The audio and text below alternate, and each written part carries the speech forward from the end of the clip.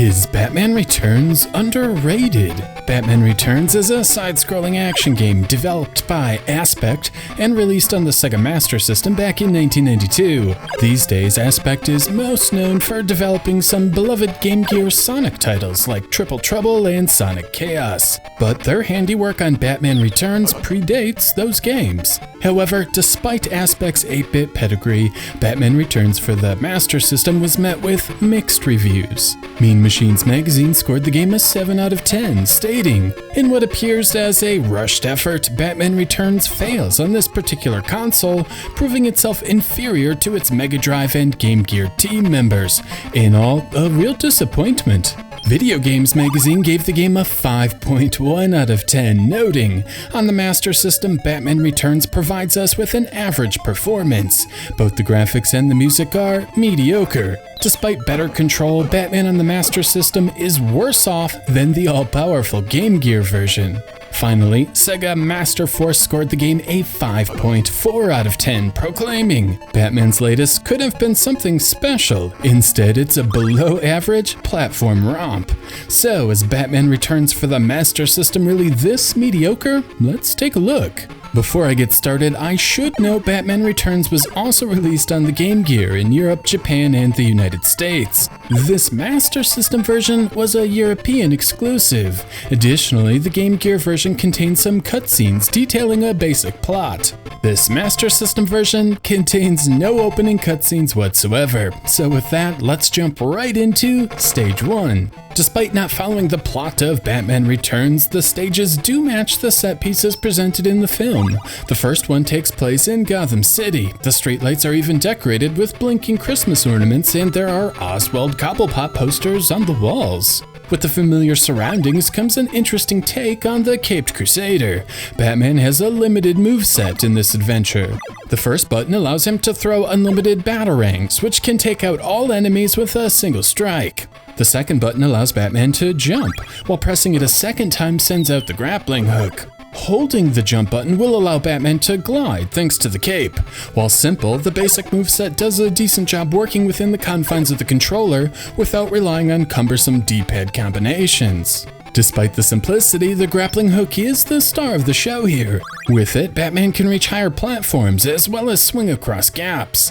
Later on, you'll discover it can be used as a weapon, but this generally isn't required in the first half of the game. While the Grappling Hook is the main focus of the gameplay mechanics, the power-ups focus on beefing up the batarang. Gray and yellow power-ups increase the weapon's speed and distance, making it easier to dispatch enemies across the screen. The orange power-up is the most interesting, either adding a life point or a hit point, depending on how you look at it. You see, Batman dies in just a single hit. There is no life bar, just death. But he resumes the adventure right where he left off, rather than restarting at the beginning of a level or a checkpoint. The player can continue the adventure almost uninterrupted until the meter in the lower left reaches 0. Then it's game over. Thankfully, there are unlimited continues, which restarts the player back to the beginning of a stage, and not the title screen.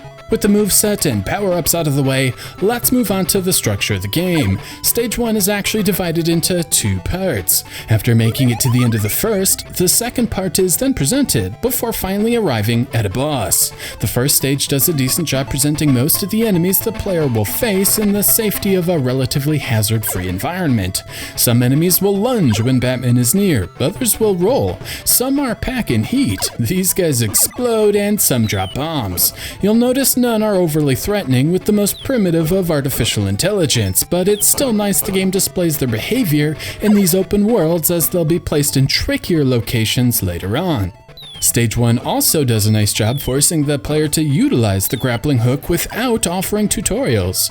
Early on, the player cannot jump over these crates, as Batman's jump height is limited. However, the platforms gently guide new players up to a spot where it becomes clear a grapple-assisted leap is necessary. It's a thoughtful touch and worth mentioning. With the gameplay basics out of the way, let's move on to the boss. Generally speaking, these are weak. As you can see, the background goes black, yet the boss is tiny, negating the need for sprite-saving techniques. The attack pattern is primitive at best, and minimal trial and error is needed to identify when it's time to strike. It is worth noting these are easier with the batarang powered up, allowing the player to strike from a safe distance. If you die though, the batarang resets to slow with limited range, increasing the difficulty of the bosses. After cruising the streets of Gotham City, Batman makes his way through Shrek's department store. These stages put an emphasis on using the grappling hook to traverse the stages.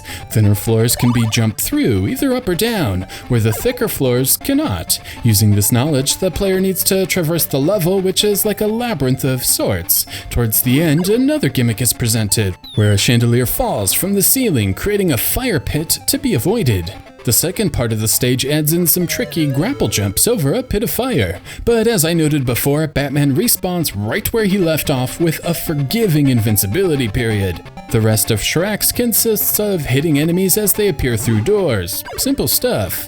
Speaking of simple stuff, the second boss fight is against Catwoman, though this is disappointing. As you can see, her pattern is extremely simple and there is an obvious safe spot on the screen. All the player needs to do is strike Catwoman when she is near, dodge her lone whip attack, and repeat the process until she exits the scene. Stage 3 brings us to the rooftops. These are like a mix of the Gotham City streets and its multiple paths, and the reliance of the grappling hook for travel, like found in Shrek's department store.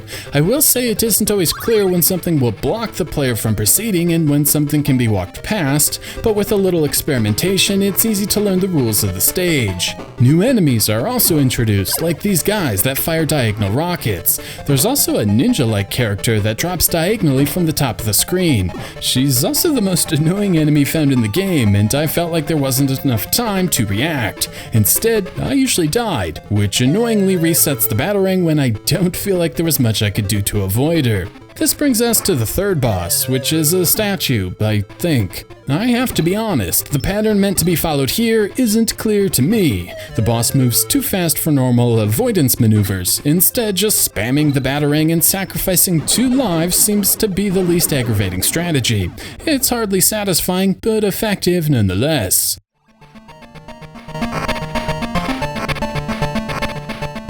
From here, Batman makes his way to the sewers. There are 2 things that make these 2 levels interesting. First, almost all progress is made on floating platforms, either jumping up or down on various sewer pipes. Like before, the thin pipes can be jumped through, while fatter ones are impenetrable. Second, little penguins will appear from time to time and launch rockets at Batman. These represent a decent challenge, and while their movement is predictable, I did find aligning a good batarang shot to destroy them often proved tougher than it appeared. Another thing I really enjoyed was the locations of all of the power-ups. These are placed in strategic spots, requiring the player to use the grappling hook to get into position, then jump, and grapple hook a second time without the benefit of landing, to free the power-up from its little nook. It's worth going after these, as the skills learned here will be invaluable later on.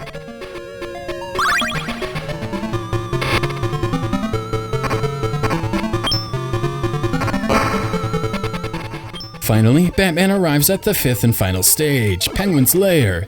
Up until now, the first 4 stages were broken into 2 parts. This 5th stage, however, is twice as large, with 4 separate areas. The difficulty here definitely reaches a peak as well.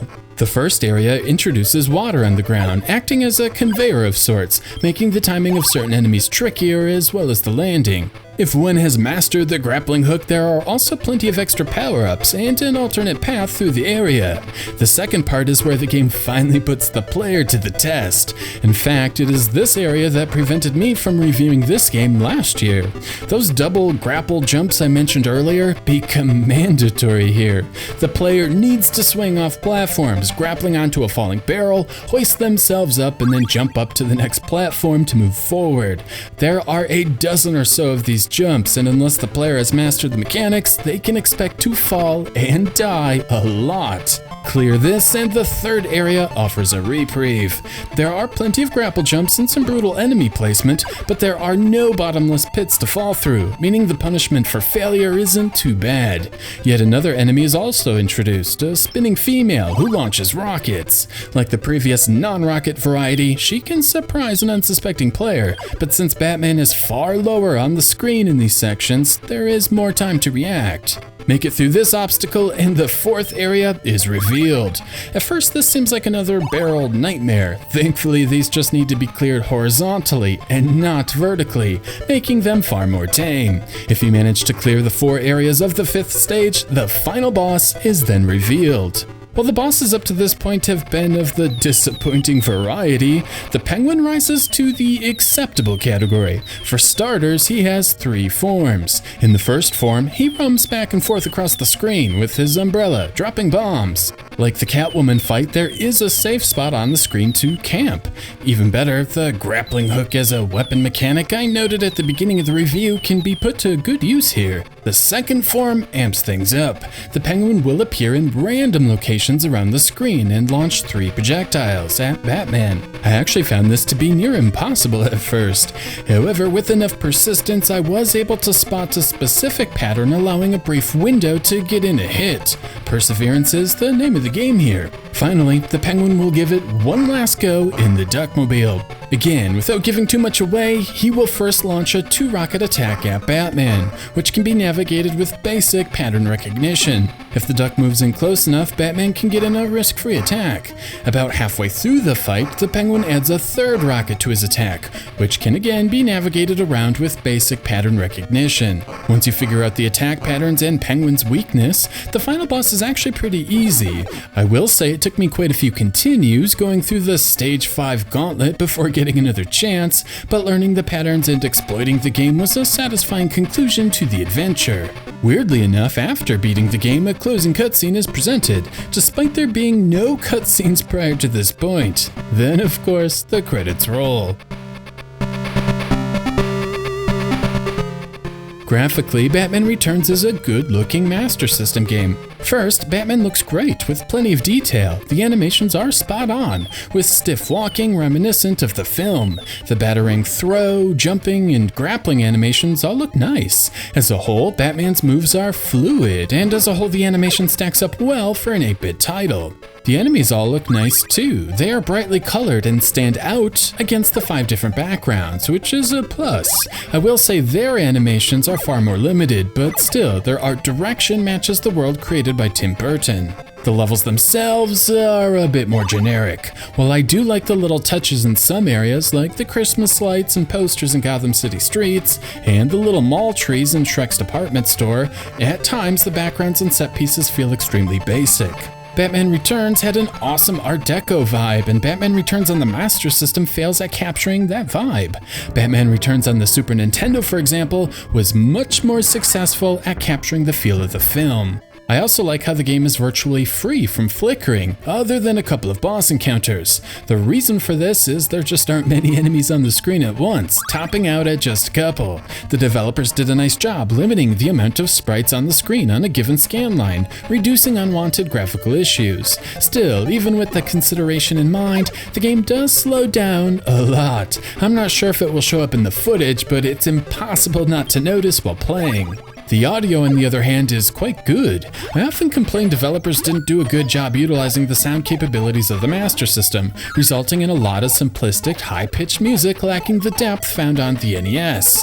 Batman Returns, however, sounds terrific, with a nice blend of square wave notes and percussion noise, creating a rich soundtrack. The compositions are also excellent, with slow melodies building into exciting choruses. It's all very dramatic and fits the action perfectly. The sound effects are decent, with subtle jumping and grappling notes, and a pleasant crashing sound when defeating enemies. None of the effects will blow you away, but they serve their purpose and never overshadow the excellent soundtrack, which is nice.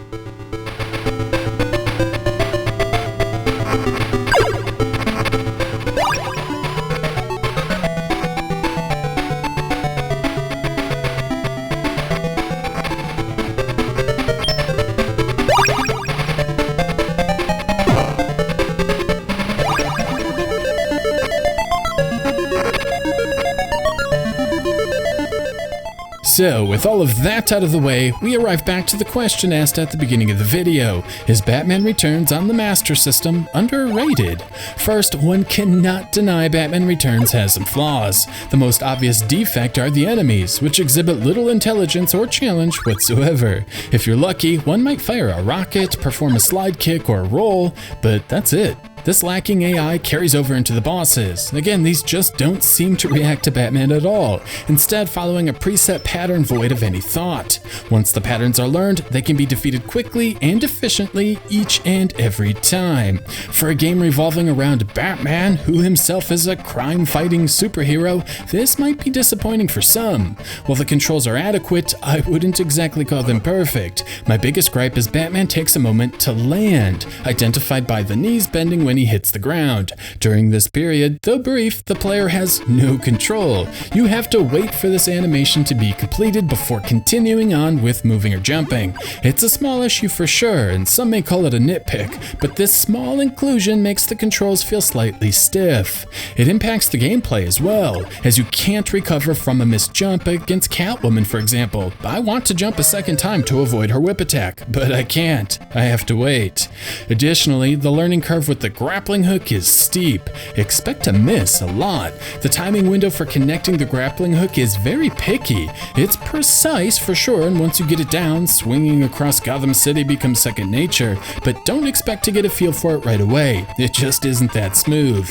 Combine the easy enemies, lame bosses, stiff controls, and demanding grappling mechanic with the generic backgrounds lacking in Art Deco style, and Batman Returns for the Master System might initially seem average. But while Batman Returns doesn't make the best first impression, the game's brilliance really starts to shine through as the hours tick by. The level design is king here. Even as early as the first screen, you can see the developers had meticulously laid out every bad guy, every item, and every platform.